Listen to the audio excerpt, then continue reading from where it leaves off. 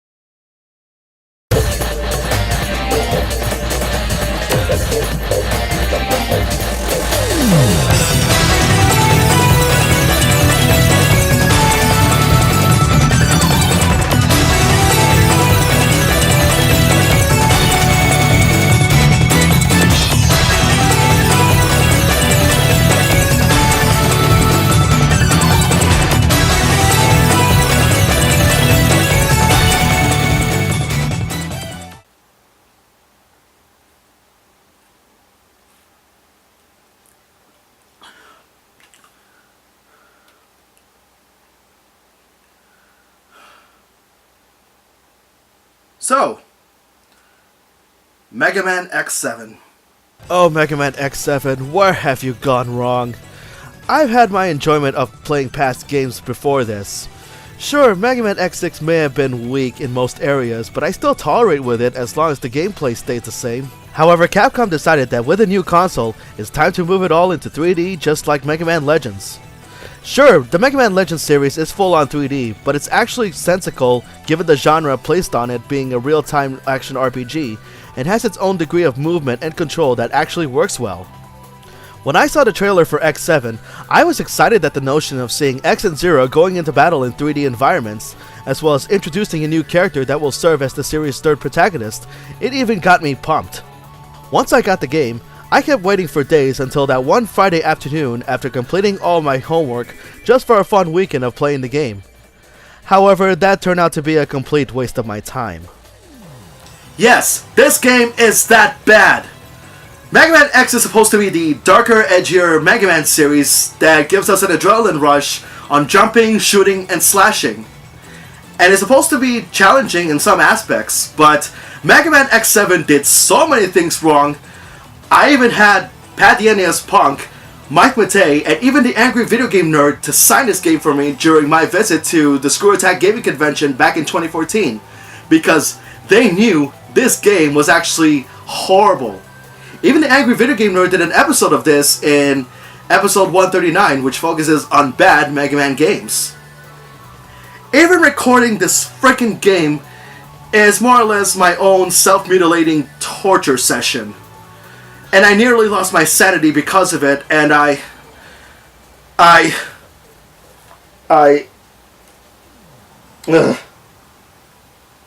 just start the frickin' game already!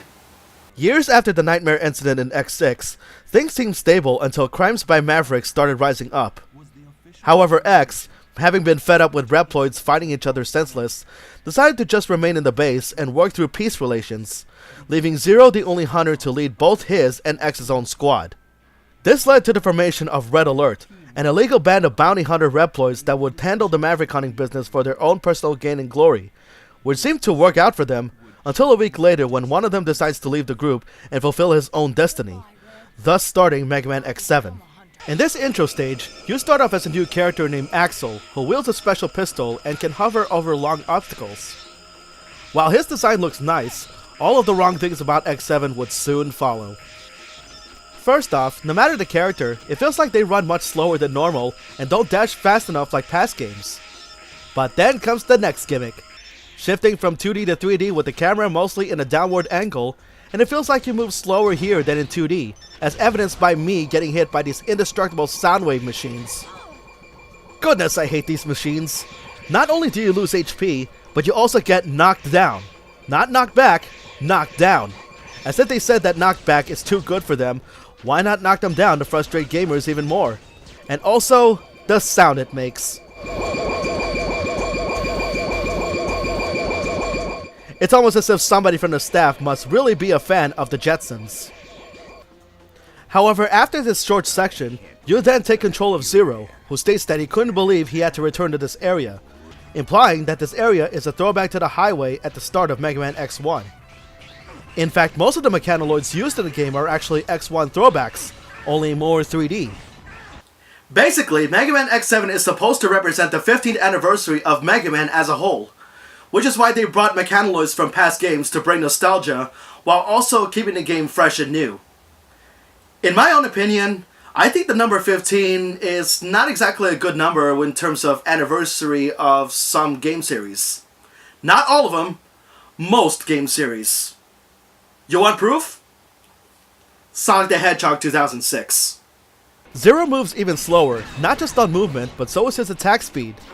Past games had Zero programmed to where he would have fast attack speeds, and you can cancel out of it quickly when trying to avoid enemies, and his Z-Buster was useful in X3 and X6. Sadly, the Z-Saber is all he uses in X7, and many times, the hit detection of his swings are off, as if attacking thin air, especially on the 3D sections, where enemies stagger backwards after getting hit, missing your mark. The only defining feature of his Z-Saber is that Zero can deflect some enemy shots back at them. Definitely something ripped out of Star Wars. Suffice it to say, throughout this review, I find myself using Zero often, but we'll get more to it as we move along. Just then, Zero runs into Axel, who seems to be on the run from someone, which turns out to be Scorponok from Transformers, and what the heck? That was a cheap shot! I mean, I knew it was coming, but he just outright attacked me before I could even run away. Nevertheless, you just deflect his shots to destroy the tail, and it is all Axel from this match. Afterwards, Axel was arrested, but was free from his bonds when Zero was convinced that Axel was serious about not running off. Axel was introduced to X, who is none too happy about Axel being a member of Red Alert, though Cygnus tells him to calm down. Suddenly, Red Alert's leader, aptly named Red, issues a challenge to the Hunters to a duel, by sending 8 of his Red Alert Mavericks in different parts of the world, with Axel as the prize, as well as taunting X of his retiree status, and Zero for being an old dog without any new tricks. Axel left Red Alert after seeing that they were no longer the Robin Hood-like hunters they previously were, and pleads with X to let him join as a Maverick Hunter, although X angrily dismisses that idea, but Zero instead takes him under his wing, under the assumption that Red Alert won't cease their attack even if Axel returned. So it's on to stop Red Alert, starting with Soldier Stone Kong. Yeah, the boss introductions are just as plain as X5 and 6, and get used to the loading screen because you're going to see them. A lot! Even though it's called Megaman X7, you start the game off with just Zero and Axel, and you don't get X until much later. More on that soon. This tag mechanic started off in X3 original version, but to a lesser extent due to Zero's limited usage, and then Extreme 2 upon either entering the final stages or starting off Extreme mode. But in X7, it's now mandatory to have 2 characters in the field, which you can switch out at any time, should one be low on HP. I should also mention that you lose a life no matter which hunter dies first. One of Axel's signature moves is that he can destroy enemies with a charged copy shot and can imitate their appearance, which look cool for a while, though it's more situational than beneficial, such as in Soldier Stone Kong where you have to copy an enemy's DNA that allows you to step on spikes to get some secrets. The problem with the copy shot is that you don't just fire it right away. You have to charge the shot, and you only get the DNA core if the copy shot registers as the last hit, which is very cumbersome when not only most of these enemies have so much HP, but there's a chance that you'll kill them by accident before you can even get the core. But as I said, his transformations are just situational than useful, and sadly you automatically turn into them upon touching the core, and you can't cancel out of it until the energy runs out or you lose a life. Past Mega Man and Mega Man X games have 4 simple gameplay elements. You jump, shoot, dash, and in Zero's case, slash. But there was more to them, as these elements are used to rid yourself of obstacles or hit an enemy's weak spot while planning your next move. Megaman X7 has a lock-on feature that automatically targets the nearest enemy, effectively taking away any challenge of a Megaman X game. Especially during my match with Soldier Stone Kong, even though it is set as 2D, the 3D nature of the match made it so easy for Axel to take aim at him. The injured Reploids from X5 and X6 return, and holy cow are they worse in this game. In X6, they have to be possessed by the Nightmare virus to become enemies, and it's either you kill them or just leave them alone to be identified as missing. But in X7, just one enemy shot or enemy collision can send them into an early grave. And when that happens, hopefully you have a save data, reload that save data, and tolerate with that very slow loading screen over and over again until you get it right. And many times, I had to sacrifice some HP to make that happen. Did I mention I hate knockdown from those stupid Soundwave machines? However, just like X6, there are 16 of them in each stage, and you'll never know which Reploid carries either a weapon up, HP up, or a disc, which is used to power up one of 3 sections for each character. I will say that the only stats that should ever matter for all characters are just power and special, as well as 2 squares of speed for shooter type characters. But even then, try as you might, sometimes when you know where that Reploid is, for the most part, you end up getting there too late, even off screen, which in itself is a real cheap shot. I really hate this kind of game gimmick, but there's a reason why I had to rescue them. Speaking of cheap shots, what the heck? Stone Kong just charged at me, but thankfully with the aiming reticle, he's not really too hard. After defeating Stone Kong, a cutscene plays out that the reason Red Alert needed Axel so badly was due to his copy ability, which he has no idea of its origins. He stated that he can only copy a Reploid's appearance his own size, but other sizes like Hornets and Metools, he can only copy their abilities such as healing or faster movement speed. Kinda makes you wonder why Red Alert just didn't make their own robot that could actually shapeshift, or just go through Google and research a factory that made Axel. Also, Axel says that he can only transform to Reploids of his own size. Well, sorry to say, but I actually disagree with that. And we'll see why in the future. Next is Ride Borsky, which is a hoverbike level, and not a good one at that. You'll have to collect all the bombs in the level before the timer goes 0 or else you lose a life. Not only do the controls suck in this level, but should you feel the need to backtrack for any bombs or Reploids, you can't turn around at all, which means you have to keep looping around this stage until you come across them again. As far as Ride Borsky goes, you're in an overhead area with barriers that hurt, you can't tell where you are most of the time, and cheap shots from enemy grenades. It doesn't help either that I didn't take the time to research his weakness, so I just keep dodging until an opening is revealed. I swear, everything in this arena blends together. I can't see where anything is until I get close enough to Borsky. After Borsky, I decided to take on Snipe Anteater in cyberspace, although I don't know what I was thinking on doing so, but anyway, I had to put up with not only stealing Samurai DNA to pass through certain walls, but I also had to deal with playing in an upside down field with some controls reversed, and the use of color in this stage can really burn your eyes. Not cool, yo! The match with Snipe Anteater sucks as he likes to move in a spiral motion and loves to sick army ants that explode upon getting into a certain range, and it's one of the few times in the game that I ever got a game over. When that happens, the Reploids I saved are still intact, and when I choose to retry, it just let me have a straight rematch with the boss. Whenever a Maverick is defeated, a cutscene always plays out telling more about Axel and his past with Red Alert. I will mention now that the voice acting of Megaman X7 is nothing but atrocity, even worse than X4. I mean, I know that Axel is a youngin', but they didn't have to over-exaggerate on the voice. Okay. Maybe what I did was wrong, but like, we were a perfect team, don't you think? When we kicked that big dude's butt, I thought, yeah, we would make a great combo. Zero tries to sound as awesome as he can, but unfortunately to no avail. We're not getting anywhere with this. I'm ready to go. X in Megaman X7 is the only time in which X is being an overbearing whiner. Why must Reploids fight one another? I've had enough violence. And a really compulsive jerk. Are you mad? You have no business as a hunter. As for Alia, the only problem with her is that she over-tutorialized everything, from the stage select screen, to the save menu, to the power-ups, and even the game mechanics themselves. I mean, seriously, we don't need that, but at least you don't have to listen to her and just move on with the game. Like I said, my friends in Red Alert are all really skilled Reploids. Really skilled Reploids? You don't say. Tell me more.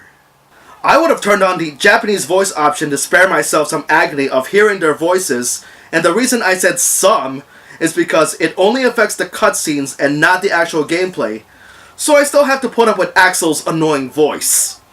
The only other voice that seemed tolerable is Cygnus, because he's voiced by Robert Belgrade, the original voice of Alucard from Castlevania Symphony of the Night, before Yuri Lowenthal replaced him in the PSP re-release.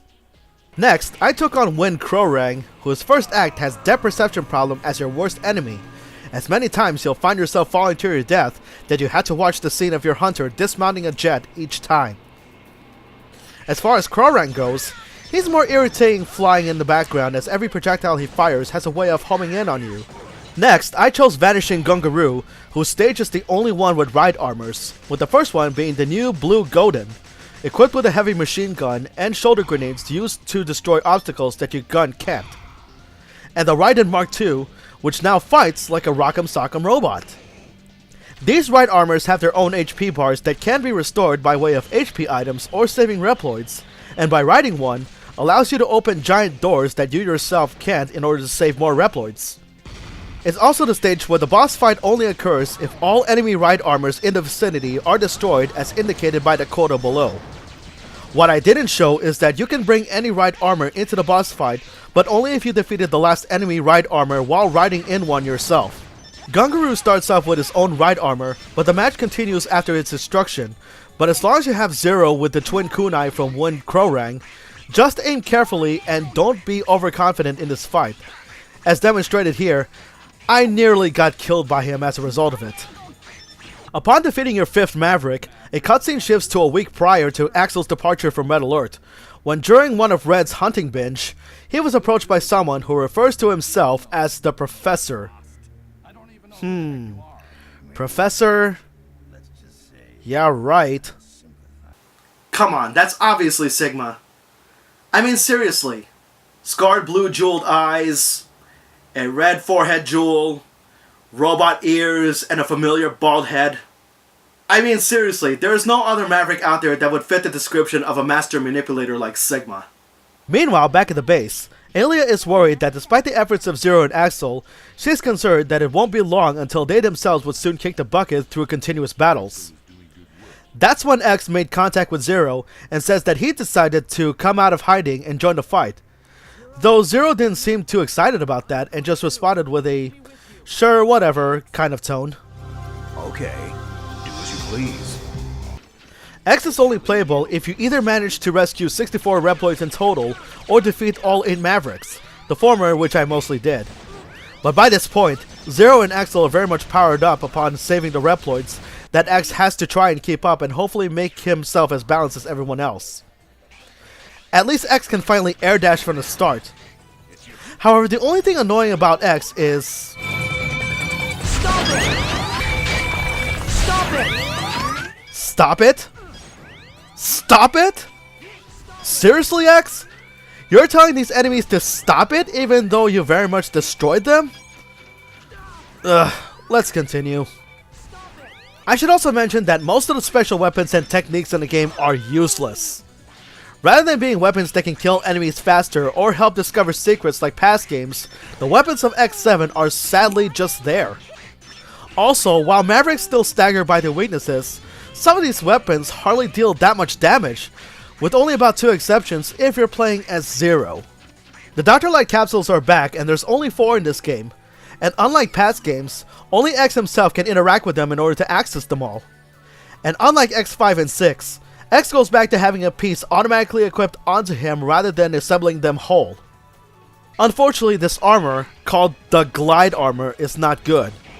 As the name implies, you glide. The buster parts allow you to charge special weapons, which are no powerful than they are normally. Head parts to attract HP or weapon icons from a distance. Lame. And the body armor not only to eliminate knockdown, which is good, but it also has Giga Crash from X2, only it's not that useful. Here's a demonstration of it in Win Krorang.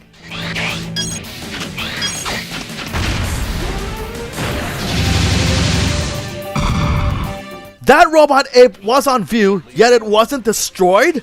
What the heck? The heart tanks and energy tanks are back, but whenever you get one of those, or a 1-up, there's hardly a sound indicating their acquisition. What the heck?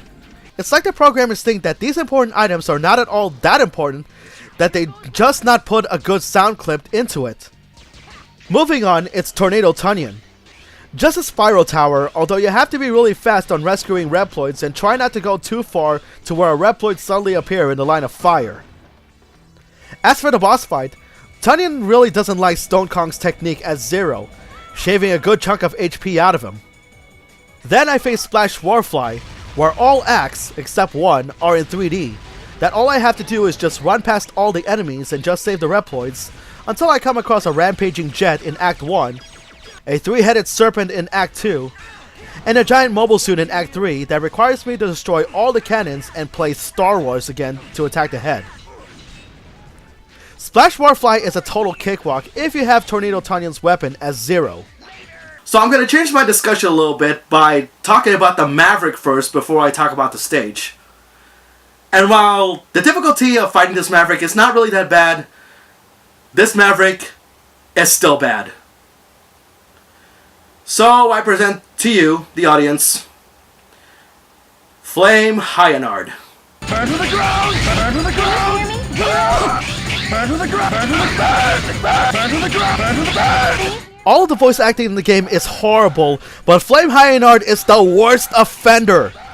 This guy doesn't shut up throughout the whole match unless I stun him with his weakness, but only for a few seconds will he continue his obnoxious yelling of burning to the freaking ground! His yelling is so ear-piercing, I'd rather listen to Keith Flint of The Prodigy yelling about himself being the fire starter. Though admittedly, it would have been kind of funny if his voice and lyrics were implemented in the game instead of Flame Hyanard's. His stage isn't any better. There are detonators in Act 1 that you can only escape and can't destroy, and you have those stupid Soundwave machines again in both acts. And you really need to rush faster if you want to save those stupid helpless Reploids again. With that said, Hyanard can burn in the Netherrealm for all I care.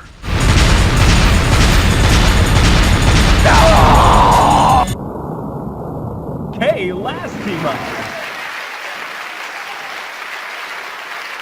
Another flashback from Red plays out, showing his men infected by Sigma, forcing Red to do his bidding, which caused Axel to leave Red alert in the first place, although Axel himself never knew about Sigma yet. Then the final stages appear, where you first get chased by a giant mole boar from X1. Again, anniversary nostalgia. Then you fight Red, which you have to jump from different platforms while avoiding his phantoms and tornadoes that he generates.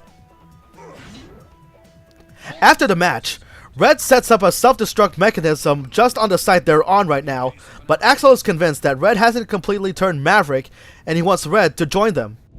No! Red, you're coming with us! I swear, when Axel said that, it's like he's trying to audition to be the next Eric Cartman. No! Red!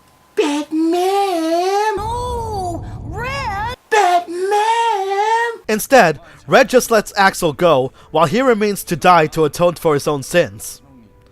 You'll fight the 8 Mavericks again, and then it's on to fight Sigma, whose first form takes a while to go down, even with his weakness.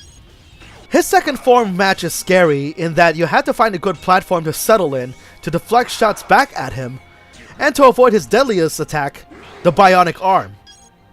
Yep, Spencer before Spencer in Marvel vs. Capcom 3, folks.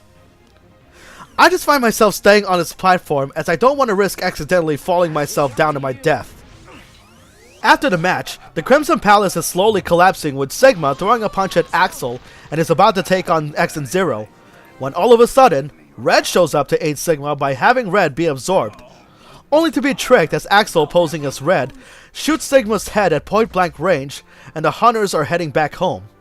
In Zero's ending, Zero woke up from a bad dream of X suddenly shooting at him, possibly foreshadowing a new game. Or in this case, Mega Man Zero. Just a dream.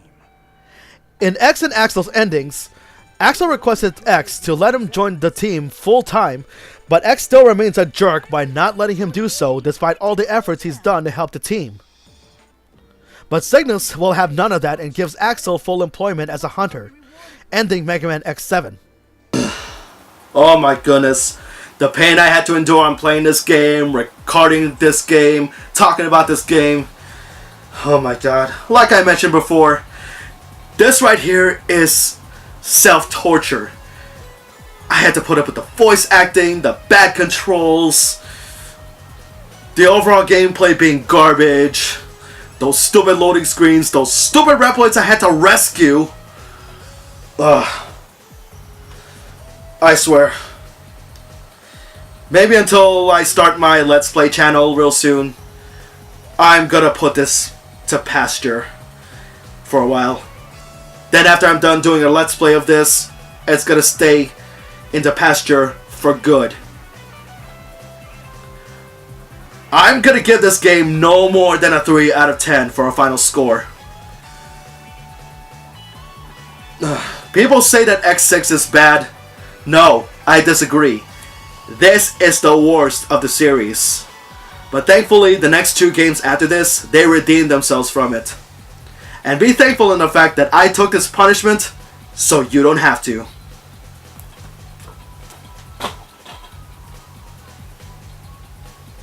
Well, now that I got that off my chest, there's only 2 games left on the Mega Man X Marathon. Mega Man X Command Mission and Mega Man X8. Now, it's actually debatable right now as to which one fits on the timeline first. Some say that Command Mission is before X8 but after X7, while some say that Command Mission is after X8. However, in terms of release dates, since Command Mission came first, then next up in the marathon, we're going to be looking at Mega Man X Command Mission. Now the good news is that I've already recorded footage for this game, but I'll have to look through every single footage just so I'll know everything I have to talk about. It's going to take a while considering that this is an RPG. Anyway, I hope you like my self-torture video. I hope you like what you had to hear. And if you like this video, well, don't forget to subscribe to my channel, subscribe to my Facebook page for some new and future content. Until then, this has been Musashi X. I bid you all farewell. Take care. Stay tuned. And thank goodness this torture session is over.